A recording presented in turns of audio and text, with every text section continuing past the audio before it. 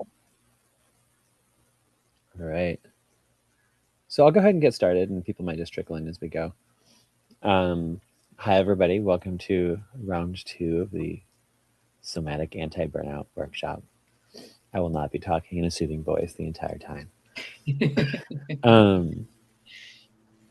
The intention of this workshop is to both share some skills or principles as well as practice those skills and principles that can help us stay a bit more fresh through our workday. And I can also kind of like share kind of my model of what I'm thinking of as burnout avoidance and like how I'm defining burnout in this case.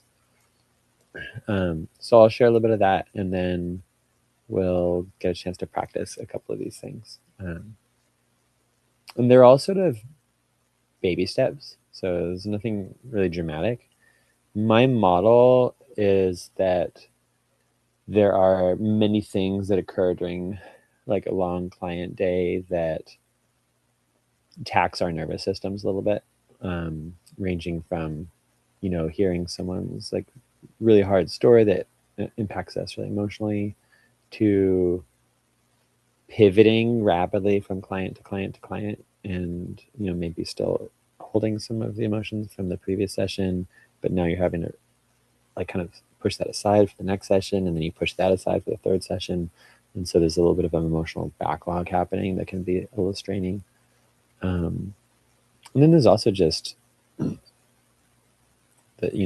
school kid syndrome, which is we're mammals that are making ourselves like sit still for however many hours, and so energy can build up, and that can be kind of a stress as well. So all those things stacked on top of each other can be a little bit dysregulating, and days and days of that can potentially kind of have us be, oh my gosh, I'm a little overwhelmed. I'm holding so many stories, I'm holding so many feelings, I haven't had a chance to process things.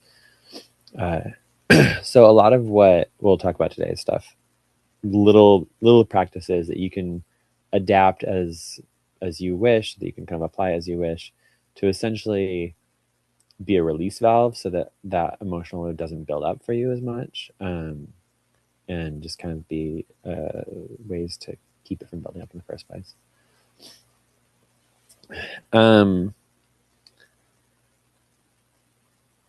I think one thing that I want to do that will be like a little bit different than last time is we'll start off with a little bit of a exercise to kind of help ourselves connect to our own bodies. And I'll just give the context that both of these exercises are things that you can do while you're in session with a client. So a client is sharing a 10-minute story, and you're feeling some feelings and you don't want to interrupt them. These are things that you can do for yourself. And there are also things that you can do to invite presence with your client. So you can bring your client into these exercises. One of the things that I see happening that can be a lot for both the client and the practitioner is when the client goes into like a long narrative spiral about the past and doesn't stay connected to the present. So that can be overwhelming for the client's nervous system, which then by proxy becomes overwhelming for your nervous system, because you both are going deep down into the past without any thread that keeps connected to the moment. So one of the things that I'm going to also have us practicing later is to kind of find ways to interrupt and bring the conversation back into the present from time to time, so that we can say, we're still here, we're still with each other, here's how we're feeling, rather than just getting like reliving the past completely. So I'll lead us in 2 exercises that can be used for ourselves or for our clients. The first is, let's just take a moment and check in on, we'll call this the toe curl exercise. We'll give them names. This is the toe curl exercise. You're going to check in on your body's current state. And by that, I mean, you can sort of notice where you're holding more tension and where you're holding more relaxation. For example, I can feel my breath is a little bit more constrained than usual. Maybe my shoulder's a little tighter than usual. but I can feel that my feet are fairly like warm and relaxed on the floor. My legs are fairly heavy. So yeah, my shoulders are more tight, my feet are more relaxed. You can kind of do the check for yourself. Also noticing where's there more like energetic movement. So is there anywhere in your body that's kind of like bouncing or tingling or buzzing? Anywhere that has like some liveliness or some tension, some poise, like I'm ready to go, versus being more peaceful, being more settled. And so we can kind of imagine like, yeah, if you're sitting there with a client and they're sharing and you feel some measure of tension and activation, and you're sort of, you're with it, but you're mostly giving them your presence. But if we're looking at this, framework of not wanting things to build up too much, then we ask the question, how do I take care of my system? How do I express some of this tension, um, so it doesn't build up and start causing dysregulation within me, which is going to distract me from the client? How do I nip that in the bud and express that energy, but without necessarily like, jumping up and pacing in the middle of your session when your client's going to be wondering what the heck is going on? Um, so this is the toe curl exercise. You're going to connect to the energy that you're feeling, the movement or the tension that you're feeling, and see if you can start curling your toes within your shoes, or maybe you're barefoot now. And see if you can either curl your toes, maybe also alternatively push your feet into the ground, whatever feels right. And see if you can kind of like draw a connection between the tension and the energy you're feeling, and then trying to express that by kind of clenching, curling, pushing your feet. And then you can take a pause and sort of like soften that a little bit. Like let the toes relax, let the feet relax. And we're going to go back and forth. We're going to like very slowly pulse it, kind of like curling, pushing for a few seconds, and then softening for a few seconds. And what we're looking for is an autonomic shift. Like it might look like, say, your body takes a deep natural breath, or something changes and you sit back in your chair and like settle deeper. And if that happens, then we're going to pause the exercise and just let that breath move through you. But in the meantime, we'll just do this sort of slow, very slow pulsing of tensioning the toes and then relaxing them.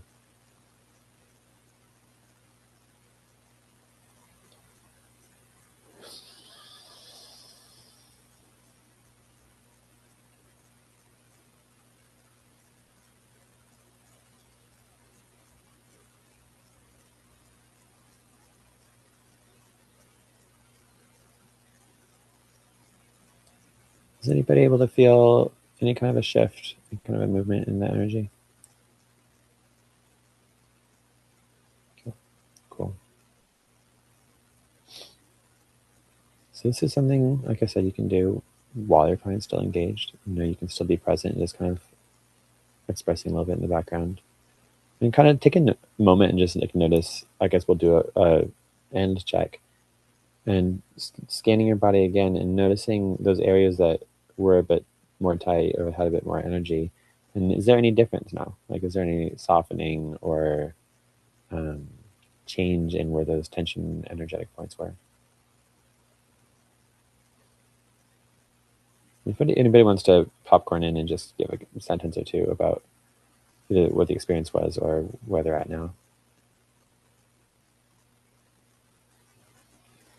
I kind of felt a just a sort of subtle movement into a sense of agency. Mm, nice. I like that. Yeah, ultimately there's a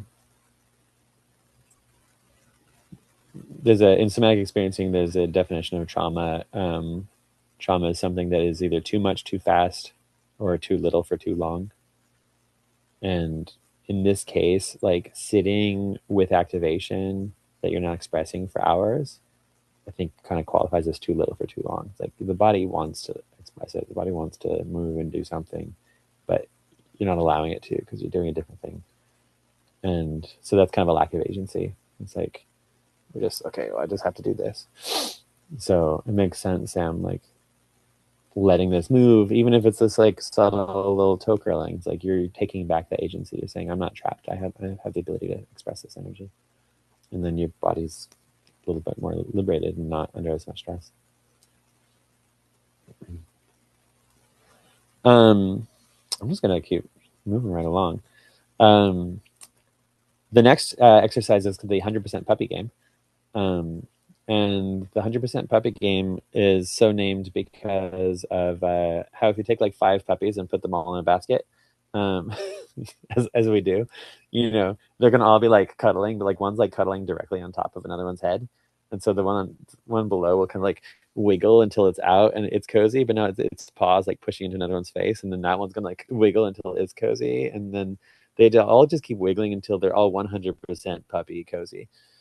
Um, and often, again, like we as humans will maybe get ourselves to a like 60, or I've talked to a fair amount of people who are like around a 45. They don't, that's just like where they're at when we check in. And we don't bother trying to go higher because we got things to do. Um, and again, this is something you can do with your client to help bring them into a presence where they can like actually be like, oh my God, you're right. I'm actually not very comfortable. Or you can do it with yourself where the client is sharing.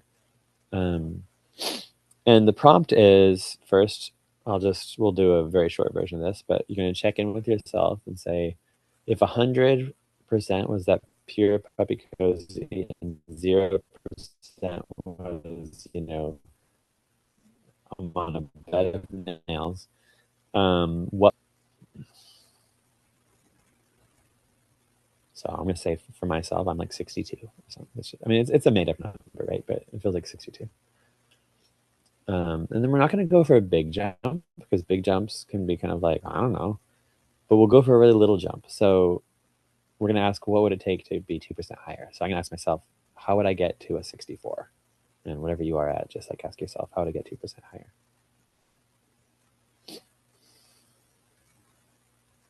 You might get a little answer like, I want a little bit more low back support. And you can just do that for yourself. Make that adjustment.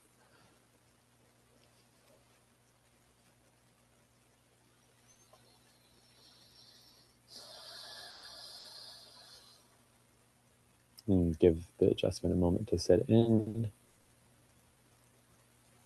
And then you can check in again and say, okay, what percent am I now?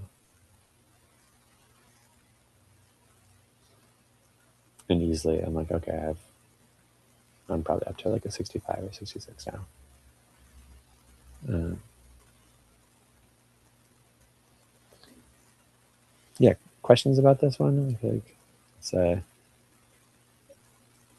it can be a really nice way to make a pretty notable shift in people's nervous systems. Like someone can be pretty activated and like you work through this, maybe do 3 or 4 rounds, and people drop in a surprising amount.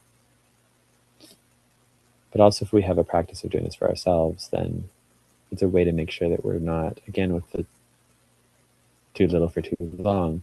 It's a way to make sure that we're not tolerating.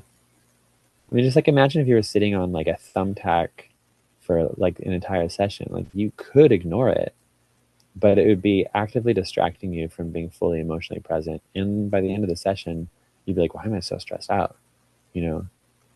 And sitting at a 52% puppy may not be as bad as a thumbtack, but it does tax us a little bit. And so by like making these little tweaks from time to time, we can keep ourselves in a place where we're not rapidly accruing load on our nervous systems.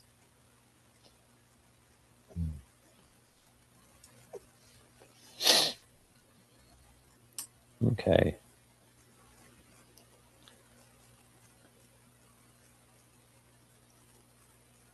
So, apologies to Rachel and Emily. I think I'm gonna do the asking for presents thing, and the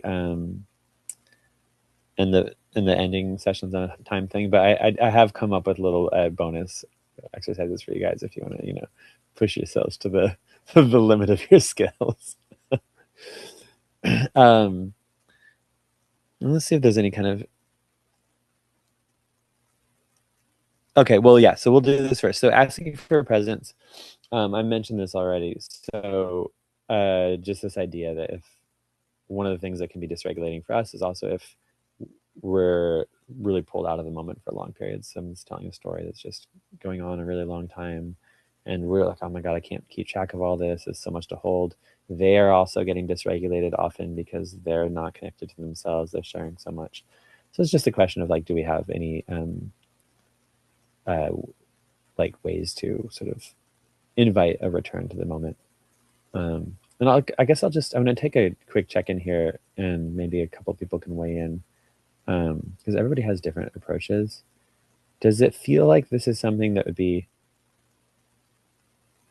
like helpful to practice, like kind of interrupting a story and creating a in the moment check in, or is this something that you all kind of have actively? I'm getting lots of nods. Okay, cool. Because there's lots of things we can do here. So if you guys all did like constant mindfulness check-ins throughout your session, then like we could just skip this and do something else. But okay. So I want to. Oh, I won't send it yet. I have a document that has some like little script options. Um, Actually, I will send it. I apologize for not sending this in advance.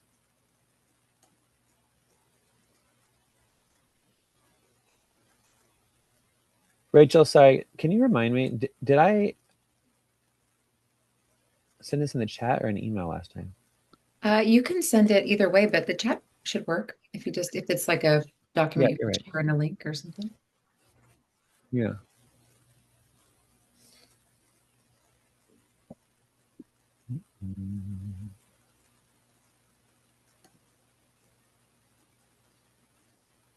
Great, here we go.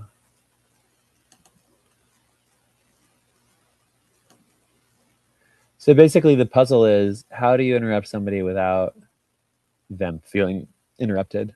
You know, someone's sharing a really personal story. I should go through.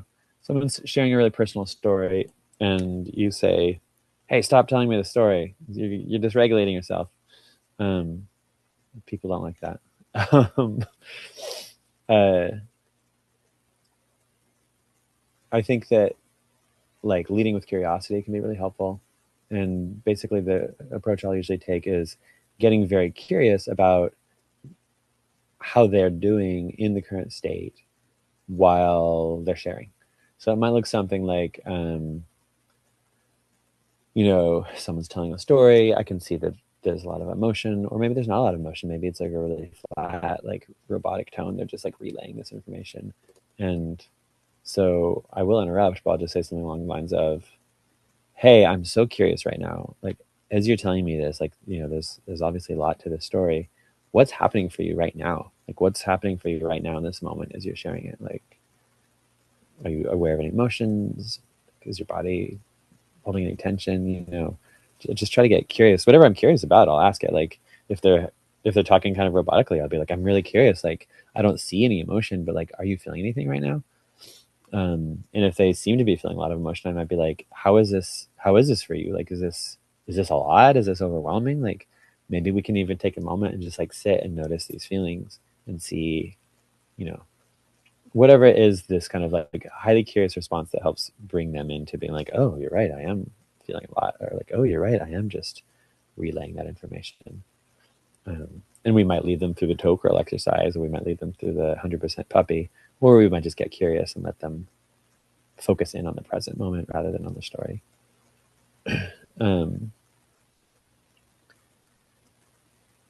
I'd like to maybe just get one or two people sharing like how this applies for them. Like, does because this is like very broad, but are there situations you come up against that it would be useful to have a kind of a bring in? Okay, I guess what's coming up for people.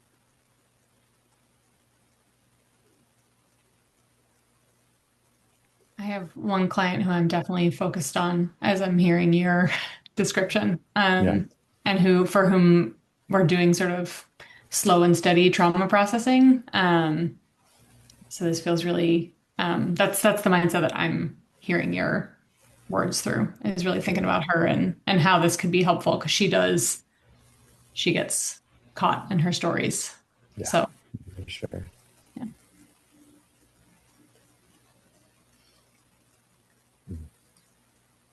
I think what I might have us do is I'm gonna have us go into little breakout rooms. You guys all see the little document in the chat?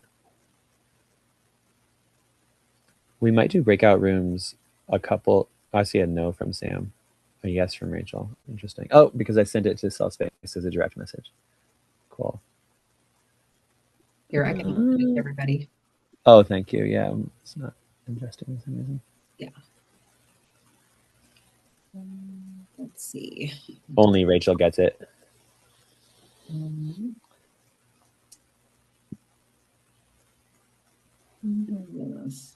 It says chat is disabled Oh, Oh, really?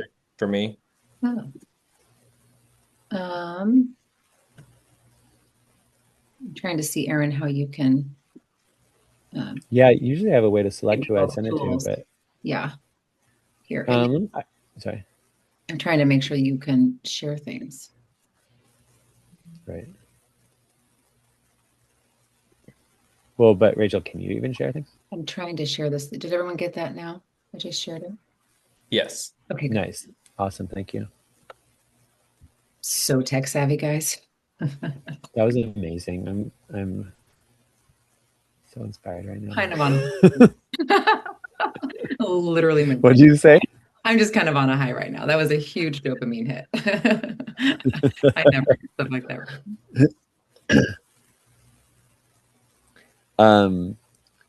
Okay, so last time we did a bunch of role plays in one go, but I think what we're going to do now is we're going to go into breakout rooms, and we're just going to do this one, and then we'll return. It's the first exercise on top of the document called inviting a pause for presence.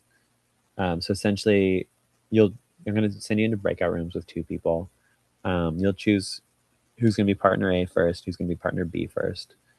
Partner B is going to just tell a story. Just tell a story about your day.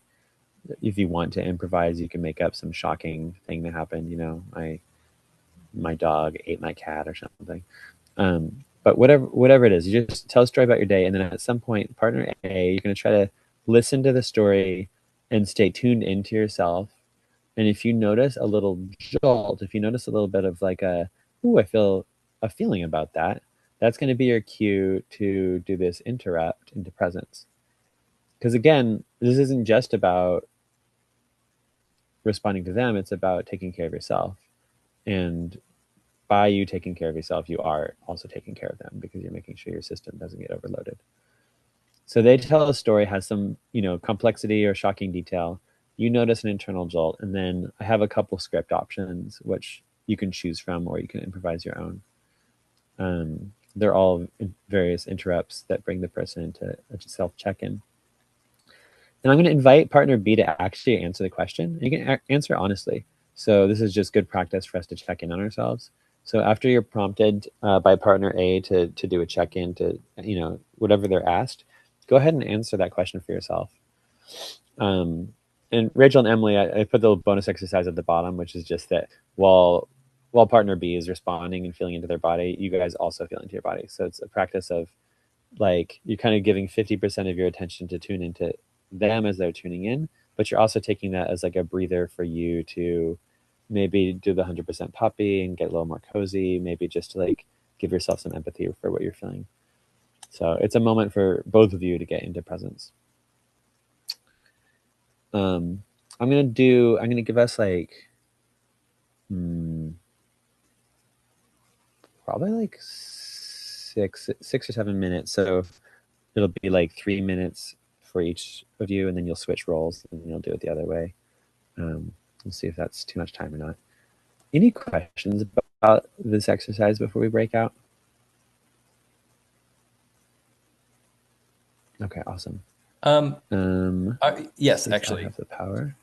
Aaron? I've got the power. Aaron? Rachel, I don't have the power. Oh, yeah, Sam?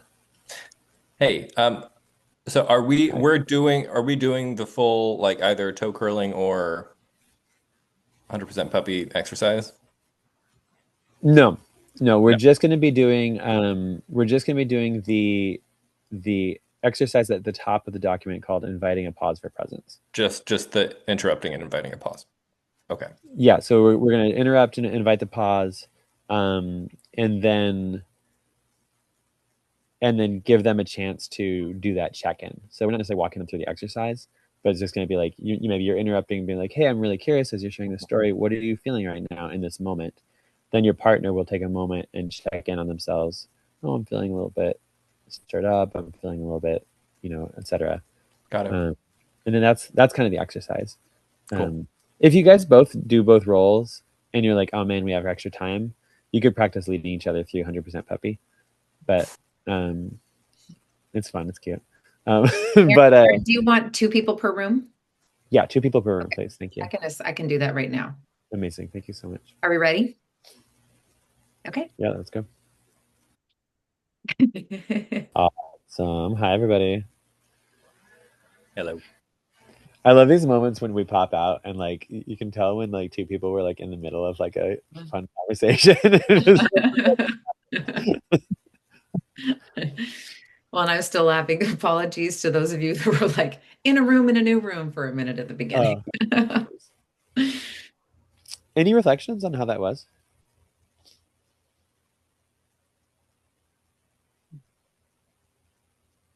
I found it really helpful to be really intentional about it and like really like practice it. So in such like a concentrated way. I don't know how to describe that, but I found that really, really helpful for me. It's just a reminder. And then to hear the feedback from the other person, because like you don't necessarily get that same kind of dynamic with a client. And so it's really nice to be able to kind of like have that experience reflected back to you, like, oh, this is how it felt when you said that, or this is how it made me feel. And it's just yeah, I found that so helpful. Mm-hmm. It was awesome. Yeah, I love role plays for that reason. You like actually get to see how your words land. I know I shared this. I had the real pleasure of being paired with Erin.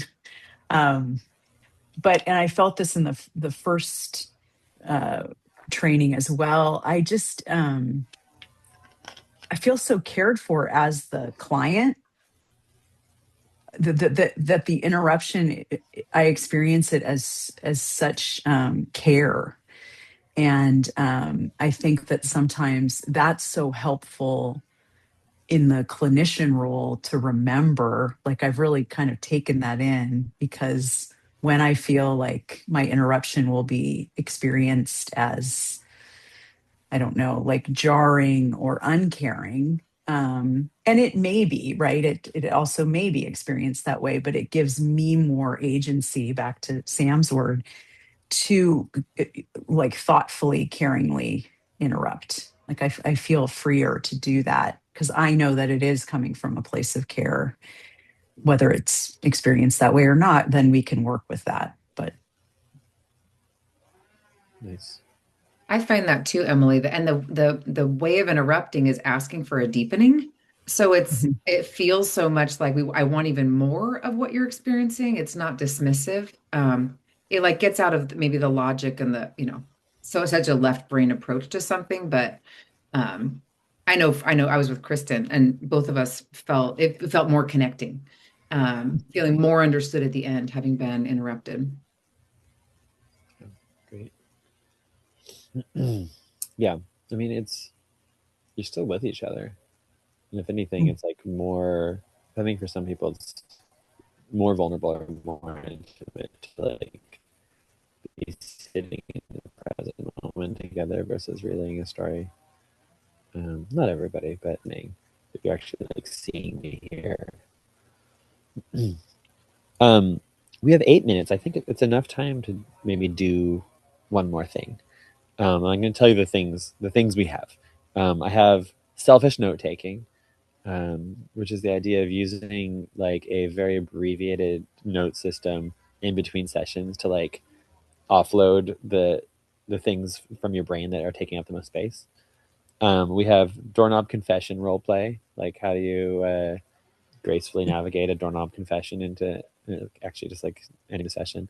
And then we have just like standard session ending role play. How do you interrupt to give like a 5-minute warning in a graceful way that can be like actually ending on time, so we have a full 10 minutes to take care of ourselves between sessions. So maybe we'll just do a show of hands. How many for selfish note taking? We have 1, 2, 3. How many for doorknob confessions? 1, 2, 1, 2, 1, 2, 3, 4, 5.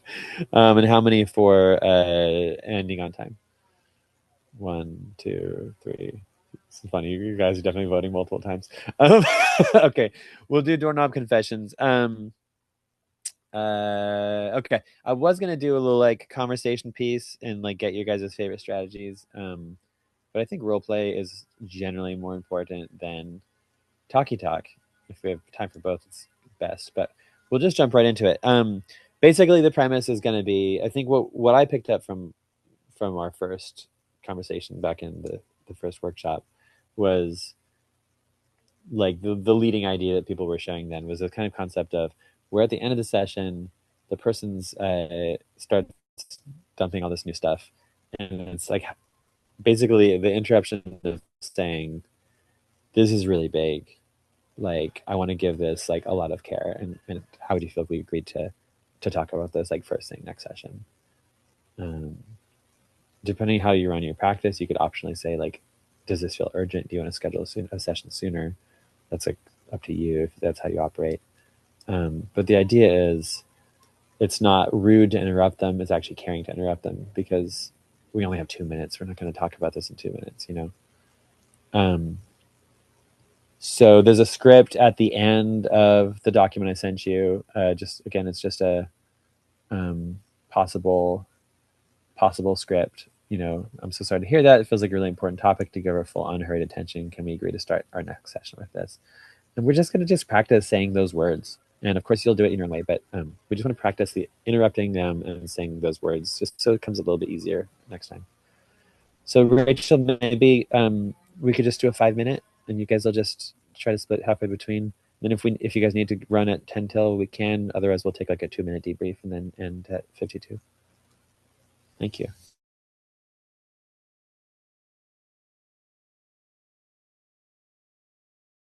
Oh, we're being recorded here. Let me pause our recording.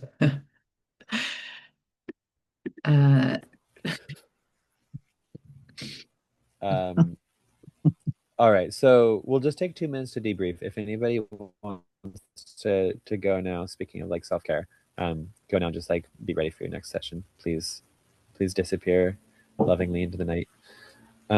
But just really quickly, I'm curious, like what that was like for y'all.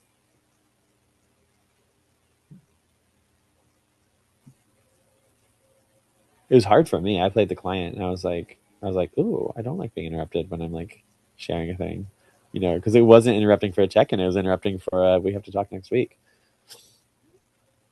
Mm-hmm.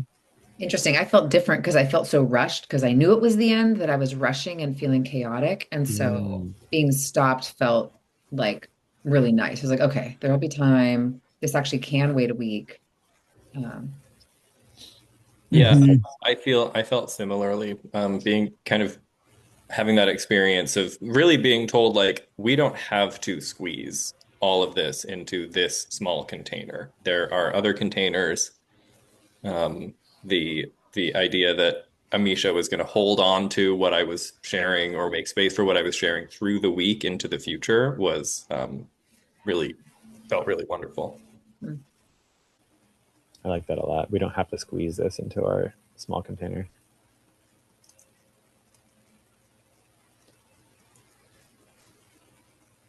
Yeah, I do think there can be a sense of I'm still going to be here for you, because sometimes I think there's something in that those last minute confessions of like I don't really trust that we're in this together, or that, you know, there is going to be consistency to this relationship or something. Like I got to get it all out today.